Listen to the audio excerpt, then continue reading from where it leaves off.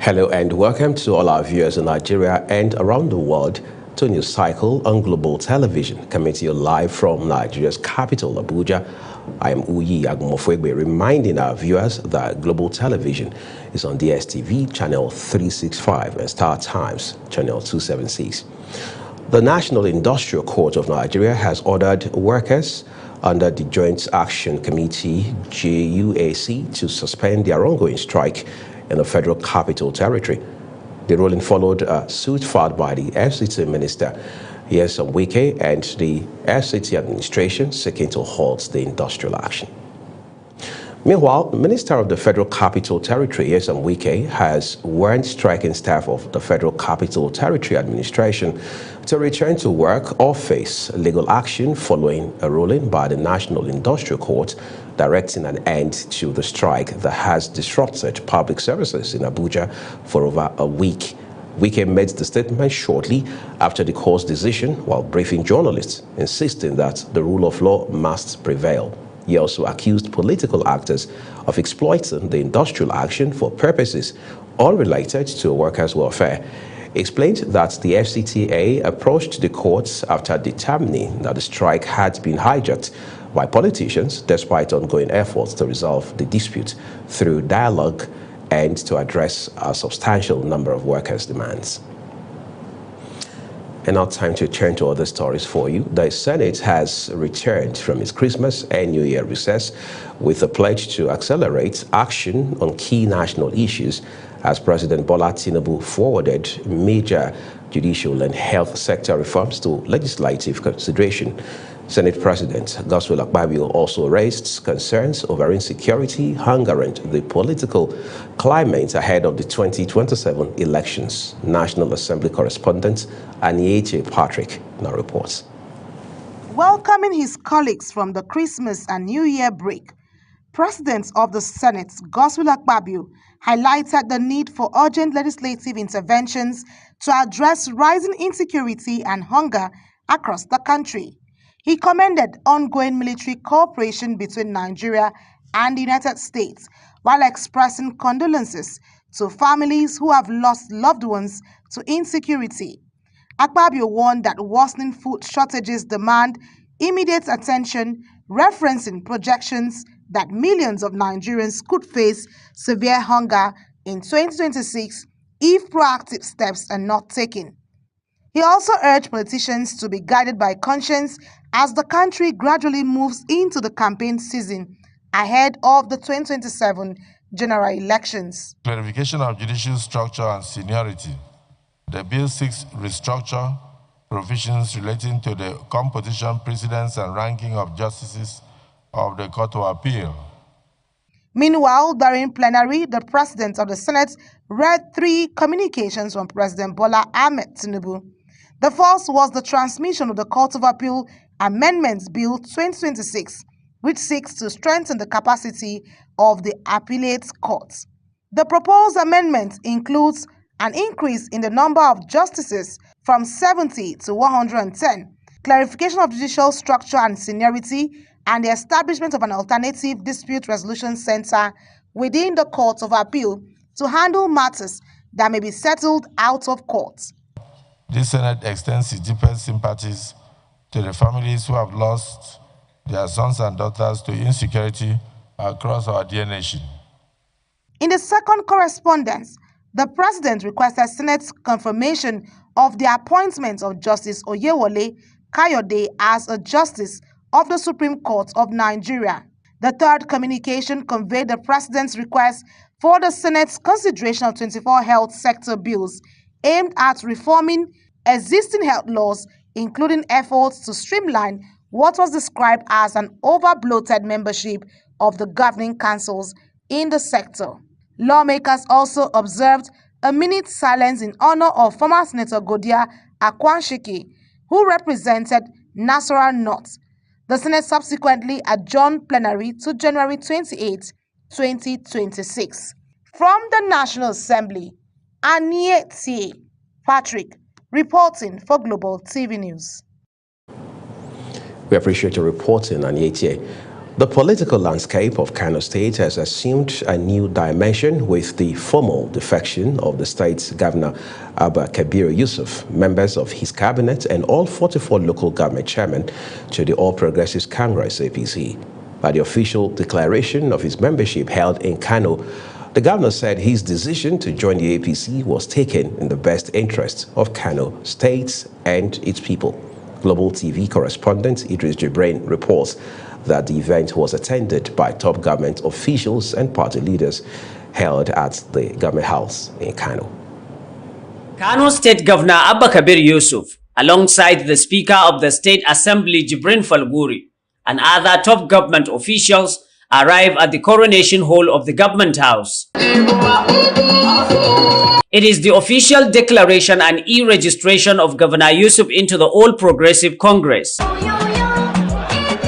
This marks one of the most significant political moments of 2026 in Kano State, as Governor Yusuf, alongside 22 members of the State Assembly, 9 members of the House of Representatives, and 44 local government chairmen, formally defected to the APC. I, the Governor of Kano State, Abba Kabir Yusuf Abba Gida, along with my cabinet and all the chairmen, plus the members of the House of Assembly, 22 of them out of 24, and members of the National Assembly, 9 of them out of 14.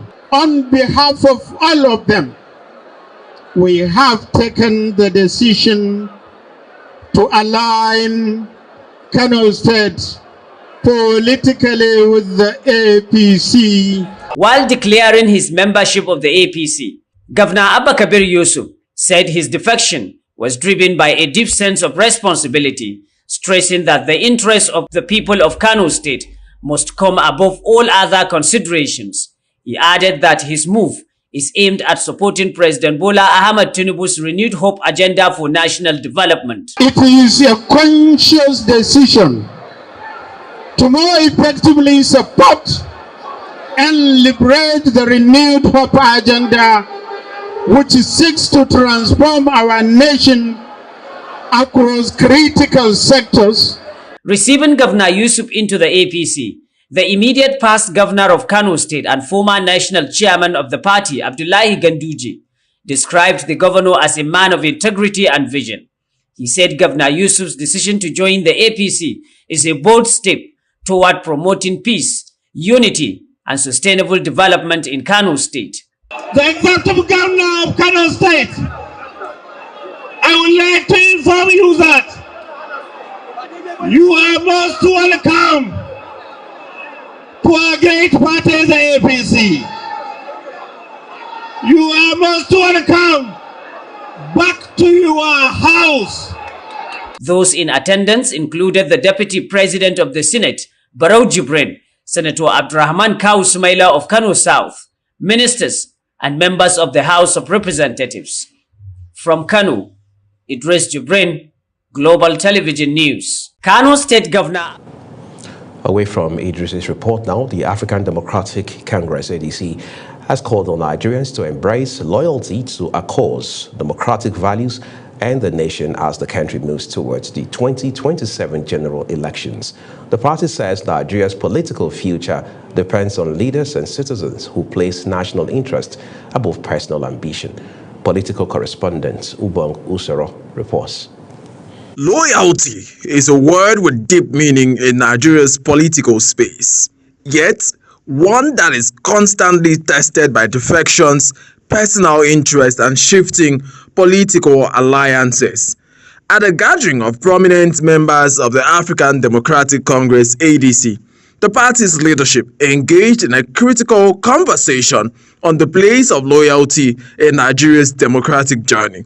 Speaking at the event, former Vice President of Nigeria, Alhaji Atiku Abubakar, stressed that true loyalty should be to the nation, democratic institutions, and guiding principles, not to individuals or personal ambitions. Much more positively with the development or political development of our country is the emergence of this coming together of various political leaders to rescue this country.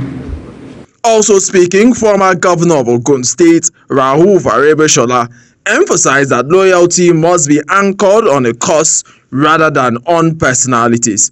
He noted that political powers ultimately belongs to the people, insisting that governors do not win elections on their own, but through the collective will of the electorate. He expressed confidence that the ADC stands a strong chance of success in 2027 based on ideology, structure, and popular support rather than political opportunism. Is it loyalty to a person or loyalty to a cause? I come from the tradition that believes that you must be loyal to your cause, not to your personality. And I'm clear on it. And I don't want to be misunderstood. It doesn't mean you don't value support. ADC national spokesperson Bolaji Abdullahi reinforced the party's position, stating that loyalty in politics must be on ideals and principles, not to individuals.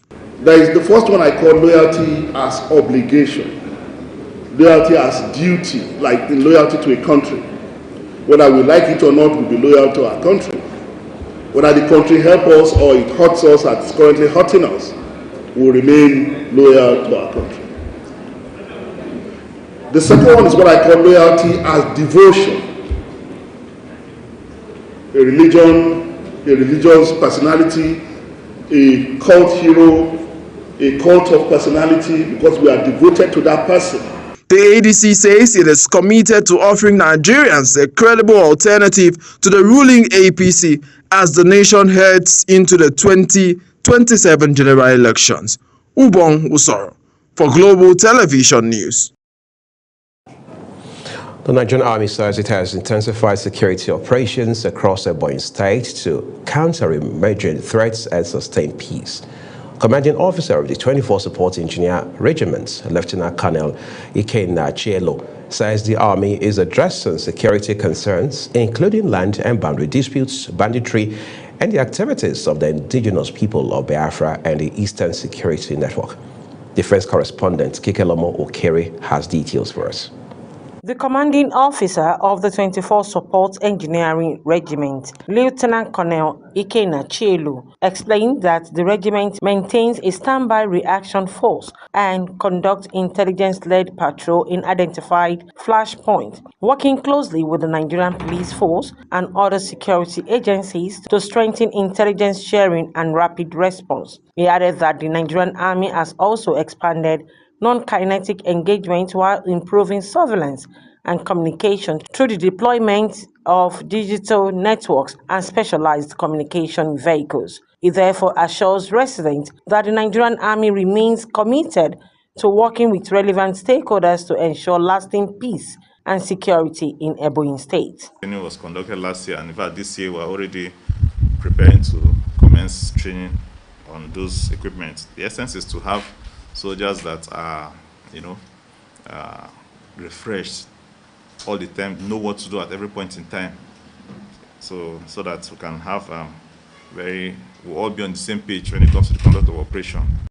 Meanwhile, security has improved significantly in Ikwo local government area following the establishment of a forward operating base under Operation Udoka. The acting officer commanding of the forward operating base in Ikwo Sector 2, Captain Sunday Ogo, says the base was established on January 14, 2024 to address rising threats including communal clashes, boundary disputes, cultism and kidnapping. According to him, sustained patrols, aggressive operations and credible intelligence backed by strong community cooperation have restored calm across affected communities. That we have achieved on this FOB is being able to douse down the communal clashes between local governments, like communities like Imagu and Epomaka. These are well-known communities who have boundary issues, which has in turn resulted into clashes over time. And Chairman of Ikwo local government area, Sunday Nwankwo, describes the forward operating base as a turning point for security in the area. It says the intervention has stabilized a core, strengthened security partnership, and restored public confidence, with communities once known for violence now experiencing relative peace. At Abeka core, and so it has helped to stabilize the security situation here. And I can tell you, if you ask anybody in the state, what used to be stories of insecurity has become a place to celebrate for stable security. With intensified operation, improved intelligence, and growing community cooperation, the Nigerian Army says it remained resolute in its mandate to safeguard lives and properties and sustain peace across Ebonyi State. Kike Lomo Okeri, Global Television News. The Chief of Army Staff, Lieutenant General Waidi Shaibu, has issued a strong warning to officers and soldiers against arms trafficking and sale of arms and ammunition, stressing that any personnel found culpable would face severe disciplinary measures in line with military laws. The Army Chief gave the warning at a sensitization workshop on human rights and professional conduct for troops of 1 Brigade, Sector 2 Joint Task Force, Northwest Operation Fansanyama, held in Gusau, Zamfara State Capital. Sadiat Yakubu has details. The Chief of Army Staff was represented by Chief of Civil Military Affairs, Major General Musa Etu Ndagi, who on arrival inspected a quarter guard mounted in his honor before proceeding to Lieutenant General Tukulber Tai Hall, venue of the event. The Chief of Army Staff described trafficking and illegal sale of arms and ammunition as acts that are threats to national security and betrayal of trust, reposed in Nigerian Army, noting that the service maintains a zero-tolerance stance on all forms of misconduct. He emphasized that professionalism, accountability, and strict adherence to human rights remain central to ongoing counter-banditry and internal security operations across the Northwest, and assured residents of Zamfara State and the Northwest region of Nigerian Army's unwavering commitment to lawful conduct, civil military cooperations, and sustained operations aimed at restoring peace and stability. Beyond human rights principles, the Nigerian Army is committed to upholding the highest standards of professionalism in its resolve to provide and to protect our nation and its people. Earlier, the commander of 1 Brigade, Nigerian Army Gusau, Brigadier General Mustafa Jimo, stated that troops under his command have consistently demonstrated adherence to operational directives and professional standards. He attributed these to ongoing in-theater training, regular sensitization, and continuous updates of brigade standing orders and standard operating procedures to address evolving security challenges under Operation Fansanyama. Notwithstanding these positive strides, the Nigerian Army maintained a zero tolerance for acts of indiscipline, abuse of human rights, or any form of misconduct capable of undermining the public confidence in the armed forces. Accordingly, this workshop provides a valuable platform to further deepen our understanding of applicable laws, ethical obligations, and professional conduct expected of every officer and soldier. The Nigerian Army remains resolute in its commitment to professionalism, discipline, and respect for human rights as it continues operations in the Northwest and Nigeria at large. Sadia Yakubu, reporting for Global Television News. You're watching the live broadcast of News Cycle. News Cycle continues after this weather forecast, plus business, foreign, and sports stories on the other side of this break. Please stay with us. Hello and welcome to the weather forecast. Moderate doses is expected over parts of the northeast, particularly Borno, Yobe, and Jigawa states. Other parts of the northern region will experience slight doses, which may reduce visibility. Across the central cities, conditions will be sunny and hazy with warm daytime temperatures. Moving down to the southern parts of the country, the weather will be partly cloudy with chances of isolated thunderstorms expected over the coastal areas, especially Bayelsa, Delta, Akwa Ibom, and Cross River State. And that's the weather forecast for Tuesday. I'm Sefia Yunusa. Thank you for watching.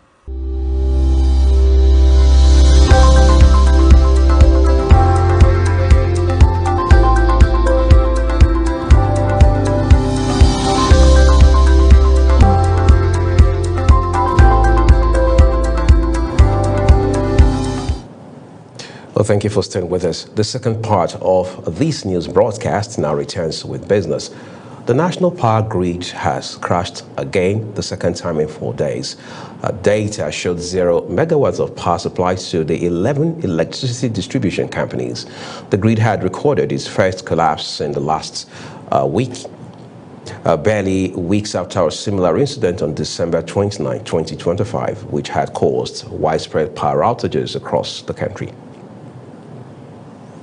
The federal government has signed a comprehensive economic partnership agreement with the United Arab Emirates to remove tariffs on some products. A member of the governing board of the Northeast Development Commission, Sam Onuigboy, in an interview said the game changer in Abu Dhabi was SEPA, which Nigeria signed with the UAE at the Abu Dhabi Sustainability Week. Onuigbo said the agreement is massive and would facilitate an environment for business persons in Nigeria who have businesses that are verifiable and identifiable to go over there and open offices. Nigeria Customs Service has posted a major revenue milestone, raking in over 7 trillion naira in 2025, well above its annual targets. Beyond revenue, Customs says it's also pushing for deeper integration into Nigeria's security framework to curb losses linked to port inefficiencies and cross-border crimes. Business correspondent Kekelomo Kere has more. Speaking at the 2026 International Customs Day in Abuja, the Comptroller General of Customs, Adewale Adeni, disclosed that the service recorded one of its strongest performances in the recent history in 2025, generating 7.281 trillion naira in revenue. The figure exceeded the service-approved target of 6.584 trillion naira by 697 billion naira, representing a positive variance of over 10% and a 19% increase compared to the collection in 2024. According to the Comptroller General, the improved performance was driven by tighter border control, enhanced enforcement against illicit trade, and the deployment of new digital systems across ports. That in 2025, the Nigeria Customs Service collected a total of 7 trillion 281 billion naira, exceeding the target of 6.5 trillion with a positive variance of 697 billion naira, representing a growth of over 10% against our targets. And border posts. However, Adeni warns that Nigeria still loses an estimated 3 trillion naira annually due to port inefficiency and prolonged cargo dwell times, stressing the need for faster cargo clearance and stronger interagency collaborations. It can yield 30 to 40% time reduction while addressing idle time, which currently stands at 90% of the time that we saw in this study. And the chairman of the House of Representatives Committee on Customs and Excise, Leke Abejide, called for the full integration of the Nigerian Customs Service into the nation's security architecture. He noted that despite customs' frontline role at the Nigerian's border, the service is often excluded from high-level security deliberations, a situation, he says, weakened preventive security efforts. He also affirmed the National Assembly's support for customs, linking improved welfare and operational efficiency to better performance. This trillion you say you are losing is a child play. If we can control this, I believe we can get more money into the Federation of account, the federal government of Nigeria account. And today, with record-breaking revenue, expanding digital reform, and renewed calls for security integration, the Nigerian Customs Service is positioning itself not just as a revenue-generating agency, but as a critical pillar in protecting the nation's economy and borders. Kekelomo Okere, Global Television News. Oh, thank you, Kekelomo. Let's turn to sports quickly. Nigeria's Falconets will host Senegal in 2026 FIFA Under-20 Women's World Cup qualifying tie in Ibadan, Oyo State. The counter at the Lekan Salami Stadium at Damasinga, Ibadan, is slated for Saturday, 7 February. The players and their officials are expected to arrive in Ibadan for their final preparations. And that's a full cycle on the news here on Global Television. Thank you for watching. I'm Uyi Agumofwegbe. I'll see you again.